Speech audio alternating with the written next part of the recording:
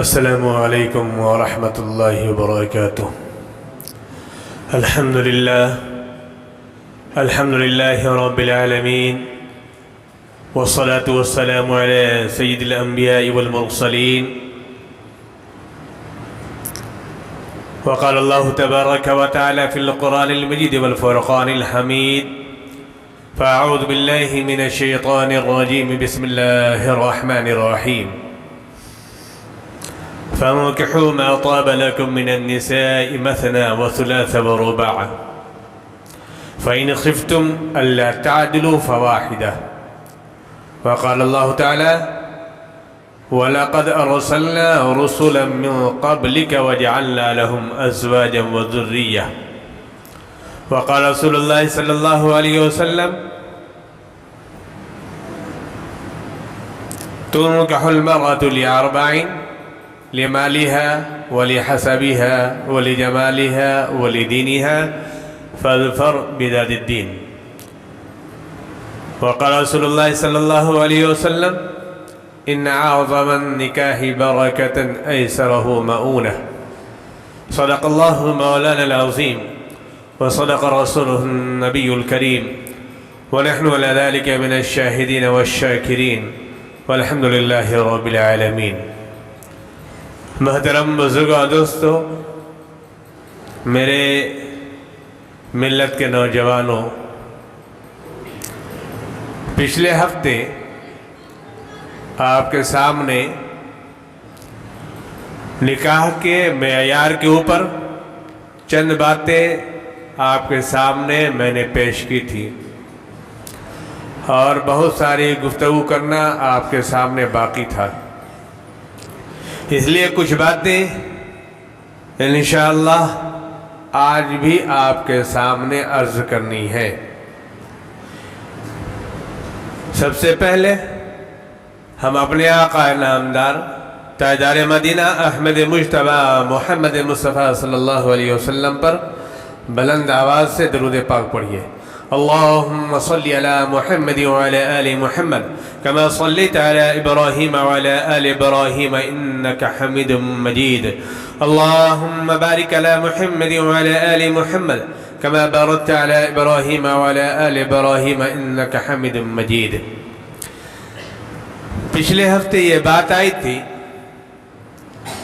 کہ نکاح کے بعد اللہ تبارک تعالی اپنے فضل سے نوازتا ہے، اور اگر کوئی محتاج ہوتا ہے، مالداری اس کے پاس نہیں ہوتی ہے، اس کے کمائی میں برکت نہیں ہوتی ہے، تو اللہ نے جو قرآن کریم میں ارشاد فرمایا، إِن يَكُونُوا فُقَرَاءَ يُغْنِهُمُ اللَّهُ مِنْ فَضْلِهِ، اگر تم محتاج ہوگے، فقیر ہوگے، تو یغنیہم اللہ من فضلہ، اللہ تبارک تعالیٰ اپنے فضل سے تم کو غنی کر دے گا، محتاجگی کو دور کر دے گا۔ یہ جو ہمارے اوپر خوف ہے اور ڈر ہے کہ ہم جب نکاح کر لیں گے تو ہم کھلائیں گے کہاں سے، پلائیں گے کہاں سے، اس کے کپڑے کا انتظام کہاں سے کریں گے؟ میرے بھائیوں، بزرگوں اور دوستوں، میرے ملت کے نوجوانوں، جو اللہ تبارک تعالیٰ ساتھ کہتے ہیں 3 پردوں کے اندر، پیٹ کے اندر، رحم کے اندر جب نطفہ پڑتا ہے، اللہ تعالیٰ ان 3 پردوں کے اندر کھلا رہا ہے اور پروان چڑھا رہا ہے۔ اللہ تعالیٰ نے وہیں سے رزق لکھ دیا ہے، کتنا کھائے گا، کتنا کمائے گا، کب تک اس کی زندگی رہے گی۔ تو میرے محترم دوستو، جب وہ بچہ کوئی بھی ہو، لڑکا ہو چاہے لڑکی ہو، جب ماں کے پیٹ میں رہتا ہے تو اللہ تعالیٰ وہاں رزق پہنچاتا رہتا ہے۔ وہاں کون کھلا رہا ہے؟ آپ کھلا رہے ہیں؟ نہیں، وہاں اللہ تعالیٰ رزق پہنچا رہا ہے، ماں کے ذریعے پہنچا رہا ہے، لیکن رزق مل رہا ہے۔ لیکن جب وہاں کا وقت پورا ہوتا ہے تو اللہ تعالیٰ پھر دنیا میں بھیجتا ہے۔ دنیا میں بھیجنے کے بعد اللہ تعالیٰ بچے کی ولادت ہوتی ہے اور ماں کی چھاتیوں میں دودھ کا انتظام کر دیتا ہے۔ کون انتظام کرتا ہے؟ یقین جانیے، انتظام کرنے والا اگر کوئی ہے تو وہی اللہ کی ذات ہے، وہی وحدہ لا شریک ہے، جو بچے کے لیے دودھ کا انتظام کرتا ہے۔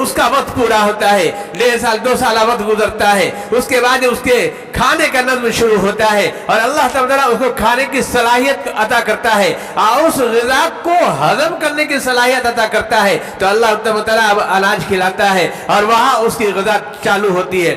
وقت گزرتا رہتا ہے، گزرتے گزرتے بالغ ہو جاتا ہے، بالغ ہونے کے بعد پھر اللہ تعالیٰ اس کو شادی کے مراحل میں لاتا ہے۔ تو کیا اللہ تعالیٰ جو ماں کے پیٹ کے اندر 3 پردوں کے اندر کھلا سکتا ہے، ماں کے چھاتیوں کے اندر دودھ کا انتظام کر سکتا ہے، اس کے بعد بھی کھانے کا نظم کر سکتا ہے، کیا نکاح کے بعد اللہ تعالیٰ اس کو کھانے کا انتظام نہیں کرے گا؟ کیا اس کو ایسا ہی چھوڑ دے گا؟ کبھی نہیں چھوڑ سکتا میرے بھائیوں۔ رزق کا ضامن تو رزق کی ذمہ داری تو اللہ تعالیٰ نے لے رکھی ہے، وہ جیسا بھی ہو، اللہ کا نافرمان کیوں نہ ہو، اللہ کا نافرمان بندہ کیوں نہ ہو، کتنا بڑا غنڈہ گردی کرنے والا کیوں نہ ہو، کتنا بڑا قاتل کیوں نہ ہو، کتنا بڑا گناہگار کیوں نہ ہو، لیکن اللہ تعالیٰ نے اس کے رزق کا وعدہ کر رکھا ہے، وہ کھلاتا رہے گا۔ اللہ کے سامنے سر نہ جھکائے، بتوں کے سامنے سر جھکائے، لیکن اللہ نے رزق کا وعدہ کر رکھا ہے، رزق کھلاتا رہے گا، اس کے کھانے کا انتظام کرتا رہے گا۔ جب وہاں اللہ تعالیٰ کھلا رہا ہے تو جس سے آپ نکاح کریں گے، جس کی عبادت، ایک نکاح کرنا عبادت ہے، عبادت کے طور پر اس کو نکاح ملیں گے تو اللہ تعالیٰ اس کے ذریعے ہماری کمائی برکت فرمائے گا اور ہمارے رزق میں بھی برکت فرمائے گا۔ یہ ہمارے نوجوان کیسے سوچ لیتے ہیں کہ میں کھلاؤں گا کہاں سے؟ آپ کہاں سے کھا رہے ہیں؟ اللہ آپ کو کہاں سے کھلا رہا ہے؟ مہمان اپنا رزق لے کر آتا ہے، مہمان اپنا رزق لے کر آتا ہے۔ ہمارے گھر میں کوئی مہمان آتا ہے تو 1 کلو مرغا لائے یا 1 کلو گوشت لائے یا 1 کلو بکرے کا گوشت لائے، تو کیا مہمان ہمارا 1 کلو بکرے کا گوشت کھا گیا؟ زیادہ سے 200 گرام کھایا، 800 گرام کہا گیا؟ نام تو مہمان کا ہے، کھانا ہمارا بنا۔ مہمانوں کے طفیل میں اللہ تعالیٰ ہمیں بھی اچھا رزق عطا فرماتا ہے۔ بولے آج بننے کی کیا بات تھی؟ آج بھائی پکا لو، دال سبزی پکا لو، بھات پکا لو، کھا لیا جائے گا۔ لیکن خبر آتی کہ مہمان آنے والے ہیں، وہ دال بھی رہ گئی، ساگ بھی رہ گئی، سبزی بھی رہ گئی، وہ چاول بھی رہ گیا، اب کیا بنے گا؟ بریانی بنے گی یا پلاؤ بنے گا؟ یہ کون انتظام کر رہا ہے؟ اللہ کو معلوم ہے کون کب کیا کھائے گا۔ بہرحال نکاح کرنے کے بعد اللہ نے وعدہ کر رکھا ہے ان یکونوا فقراء یغنیہم اللہ من فضلہ، اللہ تعالیٰ کو آپ کو غنی کر دے گا، یعنی اللہ تعالیٰ آپ کے رزق میں برکت فرمائے گا۔ اس لیے نکاح کرنے سے کترائے نہیں۔ ہمارے بڑے بزرگ اپنے بچوں کے نکاح کرا دے، جب وہ بالغ ہو جائے اور الحمدللہ مضبوط ہو جائے تو ان کے نکاح کرا دے۔ اس چکر میں نہ رہے اور کمائے گا اور کمائے گا اور کمائے گا، یہ اور کمانے کے چکر میں اس کی عمر کو آپ کما دیتے ہیں۔ سمجھ میں آ رہی بات؟ کمانے کے چکر میں اس کی عمر کو کما دیتے ہیں۔ جو اس کی عمر تھی نکاح کرنے کی، مان لیا 25-26 سال کے اندر نکاح ہو جانا چاہیے ہر حال میں، اب اس کی عمر آپ نے کما دیا 35 سال میں، 36 سال میں نکاح کر رہے ہیں، یہ 10 سال آپ نے گوا دیے۔ 20 سال کے بعد ہی نکاح ہو جانا چاہیے، اس لیے آپ کمانے کے چکر میں اس کی عمر کو کموا دیتے ہیں، جس کا خمیازہ بعد میں بھگتنا پڑتا ہے میرے بھائیوں۔ اس لیے عمر جب ہو جائے تو بچوں کے نکاح، بچیوں کے نکاح کر دیا کریں۔ اب آئیے، ایک بات یہ ہو گئی۔ دوسری بات، اللہ تبارک تعالیٰ نے فرمایا وَلَقَدْ أَرْسَلْنَا رُسُلًا مِّن قَبْلِكَ وَجَعَلْنَا لَهُمْ أَزْوَاجًا وَذُرِّيَّةً۔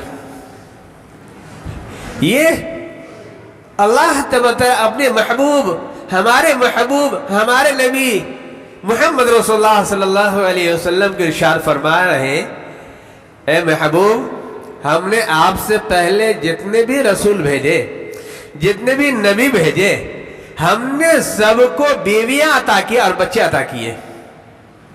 وَلَقَدْ أَرْسَلْنَا رُسُلًا مِّن قَبْلِكَ، آپ سے پہلے جتنے بھی رسول بھیجے سب کو ہم نے بیویاں اور بچے عطا کیے ہیں۔ تو میرے محبوب، آپ کو بھی عطا کیا ہے، آپ کو ہم نے بیٹا بھی عطا کیا اور بیٹیاں بھی عطا کی۔ میرے محترم بزرگ دوستو، یہ نبی انبیاء کرام کی سنت ہے اور اللہ کا فرمان ہے کہ نکاح کرو، نکاح کرو۔ اللہ نے کیا فرمایا؟ فَانْكِحُوا ما طاب لكم من النساء مثنى وثلاث ورباع, نکاح کرو جو تم کو پسند آ جائے. کیا فرمایا اللہ نے؟ فانکحوا ما طاب لكم من النساء, عورتوں میں سے جو تم کو پسند آ جائے ان سے نکاح کرو. کیا مطلب؟ ابھی جو ہماری بچیاں ہمارے بچے جس کو پسند کر لیں وہ پسند ہے؟ وہ پسند ہے؟ نہیں. یہ طریقہ ابھی ہمارے بچوں کے اندر بچیوں کے اندر غلط رائج ہو رہا ہے. جس کو چاہا پسند کر لیا, اس پر بھی میں روشنی ڈالوں گا انشاءاللہ. جس کو چاہا پسند کر لیا. میرے بھائیوں میرے نوجوانوں یاد رکھیے, جس ماں باپ نے ہمیشہ بچپن سے آپ کے مزاج کا, آپ کے پسند کا, ہر چیز کا خیال رکھا ہے, آپ کی خواہشات کا خیال رکھا ہے, آپ کے 22 سال تک انتظام کیا ہے, پہننے کے انتظام, کھانے کے انتظام, سونے کے انتظام, تعلیم کا انتظام جس ماں باپ نے کیا ہے, یہ آخری مرحلہ ہے اور یہ آپ کے شریک حیات کا چناؤ ہے. آپ کی زندگی کا انتخاب کرنے جا رہے ہیں کہ ہمارے بیٹے کے ساتھ جو لڑکی یا لڑکا زندگی گزارے گا وہ کیسا رہے گا, وہ لڑکی کیسی رہے گی, اس کا انتخاب کرنے جا رہے ہیں. اس انتخاب میں کیا وہ بھول اور چوک کریں گے؟ نہیں کریں گے. یہ تجربہ کار ہے, ان کو تجربہ اللہ نے عطا فرمایا ہے. یہ اس تجربے کے تحت آپ کے لیے لڑکی کا انتخاب اور لڑکیوں کے لیے لڑکے کا انتخاب کریں گے. اور آپ کی نگاہ دھوکہ کھا جا سکتی ہے, لیکن ہمارے بڑوں کی نگاہیں دھوکہ نہیں کھا سکتی, اس لیے کہ ہمیشہ بچپن سے آپ کے مزاج کا, آپ کی خواہشات کا ہمیشہ اپنے نگاہوں میں رکھا ہے کہ میرے بیٹے کو کیا پسند ہے اور میری بیٹی کو کیا پسند ہے. اس لیے جب وہ آپ کے شریک حیات کا انتخاب کریں گے تو یاد رکھیں میرے نوجوانوں, وہ ایسی لڑکی کا انتخاب کریں گے جو آپ کے مزاج کے مطابق چل سکے, آپ کے گھر کے مطابق چل سکے, اپنے ساس سسر کو لے کے چل سکے, ایسے کا انتخاب کریں گے. تو فانکحوا ما طاب لکم من النساء کا مطلب یہ ہے کہ پسند ان کو کرو جو تمہاری نکاح میں پسند آ جائے. اب آپ کہیں گے کہ قرآن تو کہتا ہے دیکھو پسند کرو, پسند کرو, تو ہم بھی دیکھیں گے. لڑکی کہیں گے ہم بھی دیکھیں گے. اب دیکھنے کا طریقہ کیا ہونا چاہیے, اس موضوع کو بھی سمجھ لینا ضروری ہے. اگر واقعی آپ کو اپنے ماں باپ پر بھروسہ نہیں ہے میرے نوجوانوں, میری بچیوں, ماں باپ پر بھروسہ تمہارا ختم ہو چکا ہے, ماں باپ پر سے اعتماد ہٹ چکا ہے آخری عمر میں آ کر کے, آخری مرحلے میں آ کر کے, تو یہ افسوس کے علاوہ کچھ نہیں ہے. افسوس کے علاوہ کچھ نہیں ہے کہ جب وہ آخری مراحل طے کرنے جا رہے ہیں ماں باپ, اس وقت آپ کا اعتماد اور بھروسہ ٹوٹ چکا, اور کیا کہتے ہیں آپ نے تو دیکھ لیا لیکن میں بھی دیکھوں گا. صاف معلوم ہوتا ہے کہ آپ کا اعتماد ماں باپ پر نہیں ہے. آنکھیں بند کر کے کیجئے. لیکن اگر آپ دیکھنا ہی چاہتے ہیں, شریعت نے, اسلام نے اس کو منع نہیں کیا ہے, دیکھنے کی اجازت دی ہے, تو اب اس کو دیکھا کیسے جائے. ابھی جو رواج چل پڑا ہے, ہوٹل بک کیا جاتا ہے, پارک میں جاتے ہیں, وہاں بیٹھ کے دونوں گفتگو کر رہے ہیں. بالکل نہیں, یہ حرام ہے, حرام ہے, حرام ہے, حرام ہے. اس کا طریقہ کیا ہونا چاہیے؟ آپ مہذب ہیں, اسلام کے چاہنے والے ہیں, آپ کے اندر ادب و اخلاق سب چیز آپ کے اندر ہونی چاہیے. اس کا طریقہ کیا ہونا چاہیے؟ اس کا طریقہ یہ ہے کہ آپ گھر پہ تشریف لے جائیں, آپ کے ماں باپ بھی آپ کے ساتھ ہوں, آپ کی بہن بھی آپ کے ساتھ ہو, کوئی مذاکرہ نہیں. آپ کے گھر میں بھابھی وابھی ہے تو اس کو بھی لے جائیے, کوئی مذاکرہ نہیں. گھر میں بیٹھے ہیں, لڑکا بھی جائے, کوئی منع نہیں ہے. سسرال ہونے سے پہلے سسرال میں جائے, کوئی مذاکرہ نہیں ہے, جائے, بالکل شوق سے جائے, جا کے دیکھے. کیسے دیکھنا ہے؟ بیٹھ گئے سب, کسی بہانے سے لڑکی کو بلایا جائے, چائے لے کے آ جائے, پانی لے کر آ جائے, کچھ ناشتہ لے کر آ جائے, اور لڑکے کو بول دیا یہ لڑکی ہے. وہ اپنی آنکھوں سے دیکھ لے اور مطمئن ہو جائے. بس اتنا ہی دیکھنے کے بارے میں کہا گیا ہے.